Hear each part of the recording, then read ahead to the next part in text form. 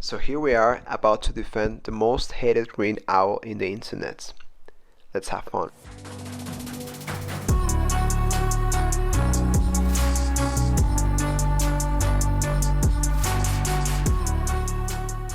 So who am I and why am I gonna defend this motherfucker? Well, pretty much I am a very enthusiastic language learner.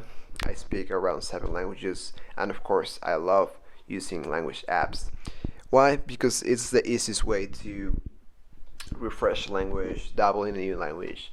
But I found myself really using Duolingo for the last year, and I really do not understand why it has so much fucking hate from all sides. Beginner learners, experienced learners, all shit on Duolingo, and I really want to know why. Well, actually, I do know why. I'm probably gonna make a video about that, but I actually have been using it for a year. I have like 50,000 points.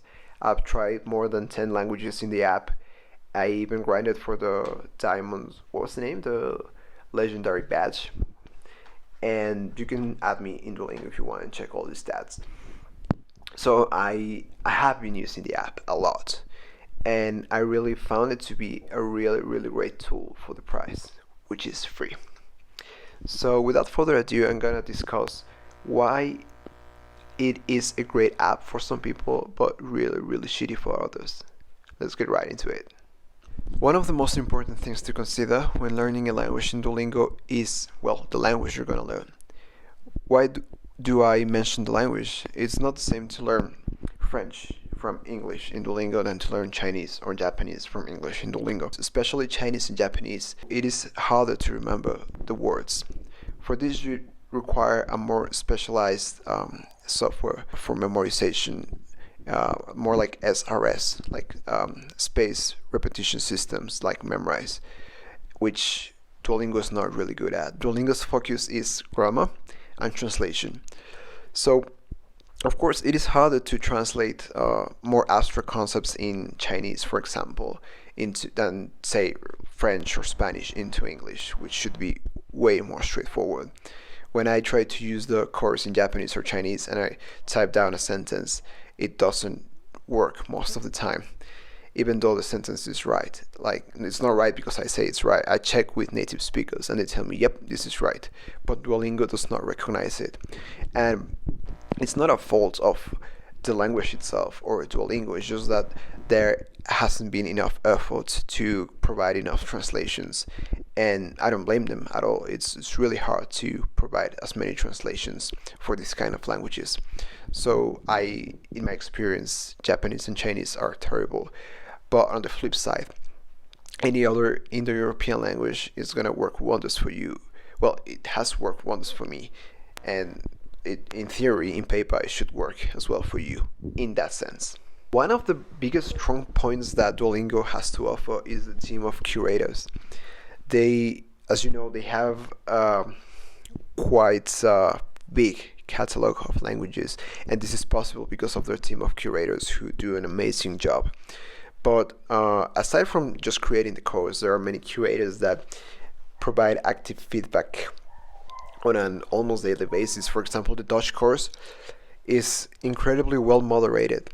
You can click pretty much any sentence and then you will find the discussion. In the discussion, there will almost invariably be a lot of questions and a really good explanation by one of the moderators. That's an amazing work. Thank you, curators in Duolingo, especially for the Dutch course. You guys are amazing. Like, I almost never have to Google an explanation because you guys know how to explain it. So yeah, it depends on the course and the curators that the course has. Very important thing to take into consideration is the amount of people who use this app, the sheer amount of users. Duolingo is probably or definitely the biggest language app out there, and with this comes a huge user base. And because of this, the forums are almost invariably in any language posting. They're full of questions that you probably already had and people who reply to the question that you also already had. So I think it's given that they have an amazing community. Even if you Google some language questions, some of the first results will probably be from a forum in Duolingo. And communities that are less popular and with less users are also really interesting in the sense that because of their small size, they are more tightly knit, which means that they like all the users take care of each other more than other causes. Like I think it's a sense of scarcity. I've noticed in the comments in Indonesian that people go out of the way to help others because they themselves know the struggle of learning a relatively obscure language. But also big size communities can be really helpful and really diligent. For example, I've been studying Korean in the app a lot, and sometimes I send a correction. I come across a sentence that I think is not right or that could use a different sentence and send a correction, and it's going to be corrected in a matter of days. This has never happened to me in any other course, so props to the Korean curators. They are actually taking feedback actively, and it's probably the course in the community that's growing up the most. So Korean community, check, it does work. Another great factor that's going to affect how you experience Duolingo is your level in the language. For example, I had already a really decent level in French, Chinese, and Japanese when I started using Duolingo. And so when I got into the app and I unlocked the entire tree, the highest things were things that I have seen many years ago. So the Duolingo tree will not actually take you that far. That is one of the biggest setbacks. But if you are a beginner or intermediate speaker, I think it's a great place to either start or continue your growth. And one thing related to this is also the placement test. As I mentioned, I took the placement test for Japanese, Chinese, and French, and even took the placement test for my native language, which is Spanish. And I had like one typo in the test, and it placed me like halfway through the tree. Like, it's my native language, like I should have the entire tree, but just because of a little small detail that I missed. Well, it's actually Duolingo's fault, of course, but because of that little detail, I didn't get the whole course. So the placement system is a bit broken, so you have to be very careful with that.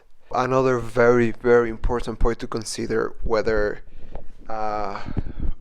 another very, very important point you should consider when determining if Duolingo is good for you or not is your learning style. For me, I suck shit at grammar.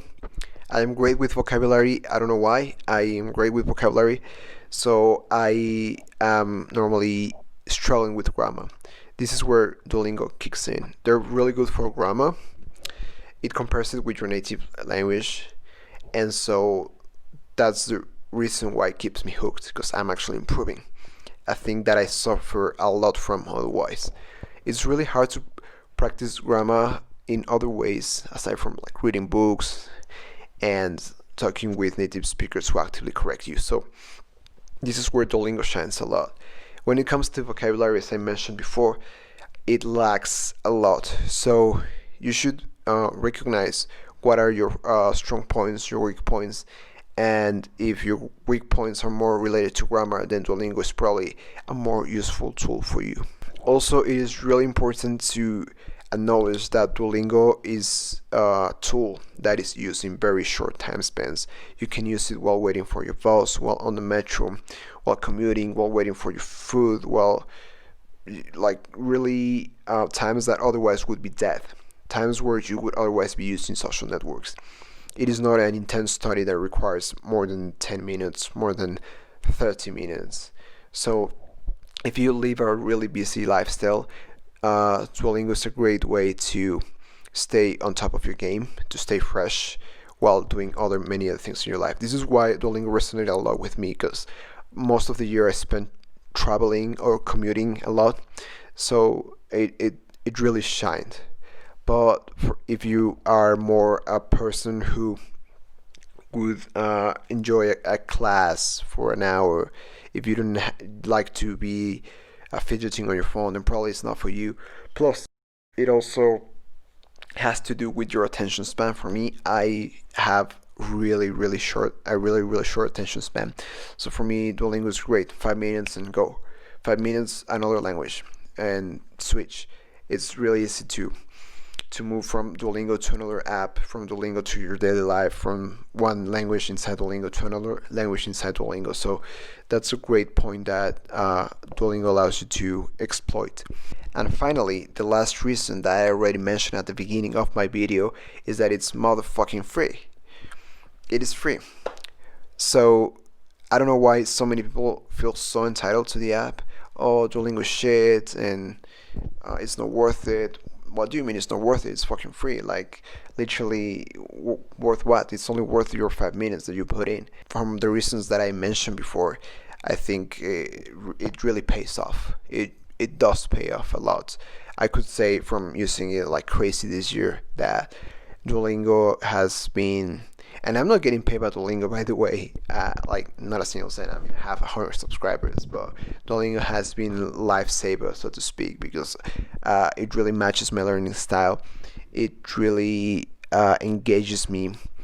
I can see the criticism behind the ad system, the pro system, the hard system, and they're putting a lot of things into the app that I myself am not really comfortable with, and I can see the hate towards it. I'm probably gonna make a video where I talk about the cons just to make things balance out here. So I can see all of that, but even then I keep using it every day, and I don't feel like there's such a significant wall that does not let me continue using the app. So there it is. I mean, given all my reasons, I think I probably missing a couple of things, but I think I gave a really thorough review of what Duolingo can bring into the table. So I hope you take that into consideration. Let me know what you think. I'm willing to listen to more shit about Duolingo. Like, I'm not saying I'm right. I'm just mentioning my experience, why it works for me, and why it might potentially work for people who learn like me or who are interested in the same languages as me, etc. So I really look forward to your comments, what you have to say about it. If you think something I said is super off, just shit on me on the comment section. I'll get back to you. Like and subscribe, a notification bell if you're really into my shit, and see you next time.